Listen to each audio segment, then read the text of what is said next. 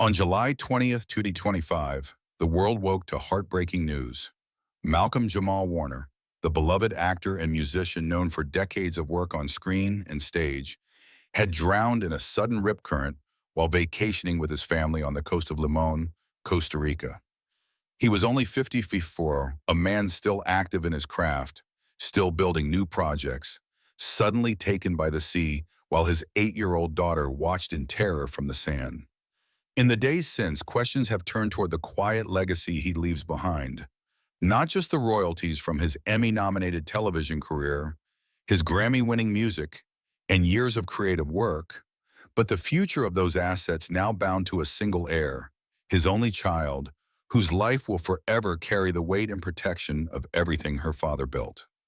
Malcolm Jamal Warner was born on August 18, 1970, in Jersey City, New Jersey, and his earliest years were spent in an environment that was modest yet rich in encouragement. His mother, a single parent with sharp instincts for her son's potential, worked tirelessly while nurturing his growing fascination with performance and storytelling. At school, he was the boy who volunteered for every assembly, memorizing lines overnight and mimicking television characters with uncanny precision. Teachers began to notice how easily he commanded attention on stage, even when he was just reading aloud in class, and they urged him to explore acting beyond the confines of a school play. What few knew then was that Malcolm originally saw himself as a musician or poet rather than an actor. He spent hours alone with notebooks full of verses and played with rhythms on a cheap keyboard.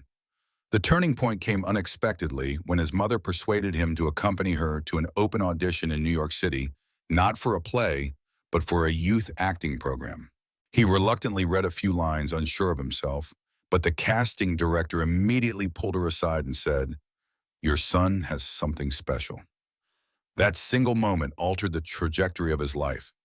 Instead of heading deeper into music, he enrolled in a performing arts school in California, where he trained intensively in theater, improvisation, and even directing, long before most teenagers ever considered such paths. By his early teens, he was traveling between auditions, balancing schoolwork with workshops, often feeling out of place among wealthier peers, but determined to prove his worth. He took small roles in commercials and low-budget TV pilots, each one teaching him something about timing, discipline, and resilience. Those early experiences shaped a boy with a quiet confidence, someone willing to chase a dream far bigger than the neighborhood he grew up in. He didn't yet know that stardom was just around the corner, but the seeds were already planted, and the drive that would carry him through fame and hardship alike had already taken root. By the time Malcolm Jamal Warner turned 14, that drive carried him into a room that would change his life forever. A crowded audition hall for a new NBC sitcom that needed a believable teenage son. He walked in wearing a borrowed shirt and sneakers still scuffed from schoolyard basketball. But when he read his lines, the producers stopped shuffling papers and started listening.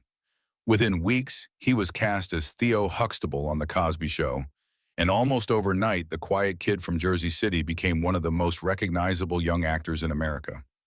Fame arrived fast and loud. He was suddenly navigating talk shows, magazine covers, and fans who shouted his name on the street.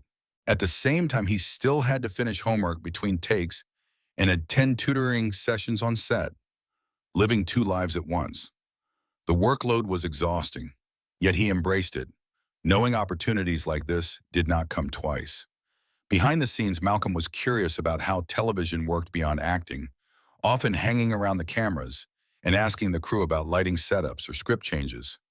That curiosity caught the attention of veteran directors, who let him shadow them, sparking his interest in producing and directing even as his own career in front of the camera was exploding. But the whirlwind wasn't without risk. Midway through the first season, network executives debated reworking the family dynamic and briefly considered writing out his character.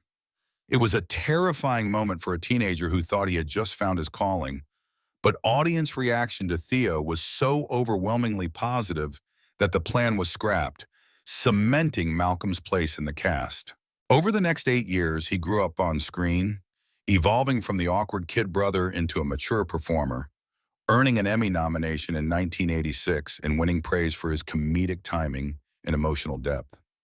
Away from the cameras, he kept his private life guarded, refusing to let early fame define him. Those years were not just about learning lines and making people laugh. They were a training ground, shaping him into a multi-talented artist with ambitions far beyond the role that first made him famous. When The Cosby Show ended in 1992, Malcolm Jamal Warner faced a reality that many child stars never escape: the shadow of a role so iconic it threatened to eclipse every future step. Casting directors still called him Theo, reporters asked about the Huxtables more than his new projects, and scripts arriving at his doorstep often felt like pale imitations of what he had already done. Determined to break out of that box, he took risks, accepting guest roles in dramas and edgy comedies, even turning down offers that felt too safe. By 1990, he co-created and starred in Malcolm and Eddie, a sitcom that gave him something he had craved for years: creative control. He wasn't just delivering lines, he was shaping stories, guiding younger actors, and learning the weight of leadership on set. Audiences embraced his new energy, and the show ran for 4 successful years. But behind that professional triumph came a personal blow that hit harder than any review. Malcolm had been in a deep, private relationship with actress Michelle Thomas, known to viewers as Justine from The Cosby Show. In late 1998, while he was still riding the success of Malcolm and Eddie, Michelle died suddenly from a rare stomach cancer at just 30 years old. The news shattered him. For a time, he withdrew, avoiding interviews and public events, questioning whether the industry that had given him so much was worth the personal cost. Friends later said he spoke about walking away entirely, but instead of quitting, he channeled his grief into work, returning to set with a steadier voice and a deeper sense of what stories could mean to people carrying private pain. This period became a turning point, proving he was more than a former sitcom kid. He was a resilient artist, building a career on his own terms while carrying the loss of someone who had been his anchor.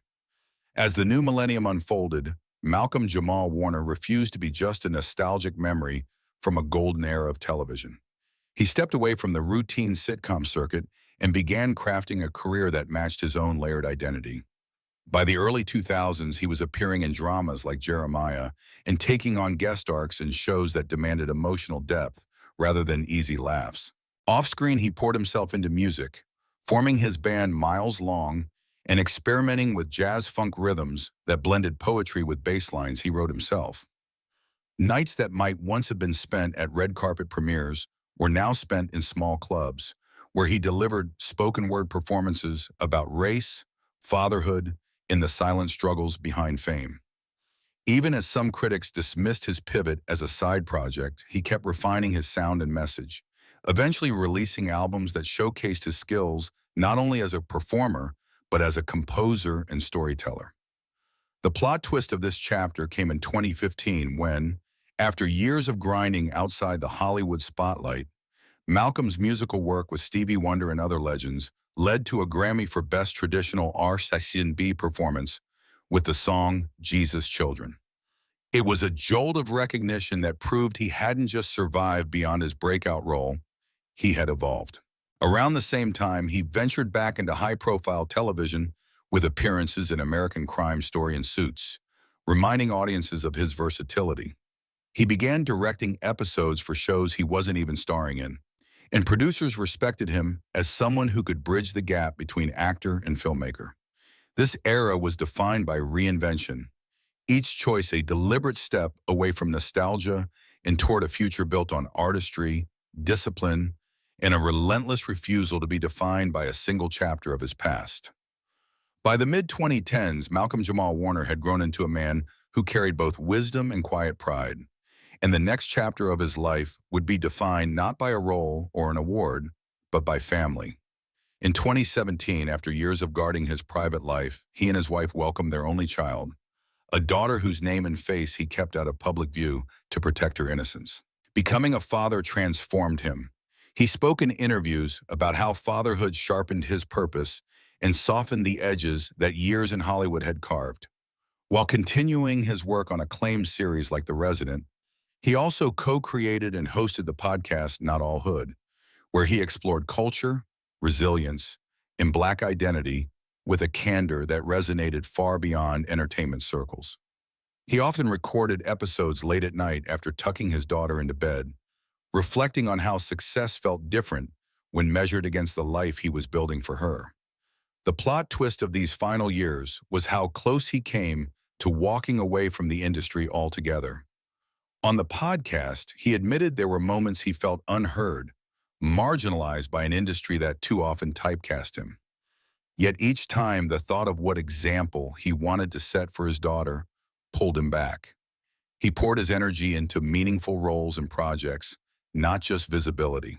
Then came July 20th, 2025, a day meant for rest and family, when a powerful rip current off the coast of Limon, Costa Rica, swept him under as he swam near his daughter. Rescuers saved the little girl, but Malcolm Jamal could not be revived despite desperate efforts on the shore. At 54, his life ended suddenly, leaving behind not only decades of creative work and a Grammy-stamped legacy, but also a future of royalties, artistic rights, and memories meant to secure his daughter's path. In the end, his story closed as it had been written all along, with love, sacrifice, and a legacy far greater than fame itself. If Malcolm's story touched you, if his work inspired you to live with more courage, please take a moment to like this video and subscribe to our channel. Let's keep his flame alive, honoring a man who made us laugh, think, and feel. Thank you for joining us on this journey through the life of Malcolm Jamal Warner.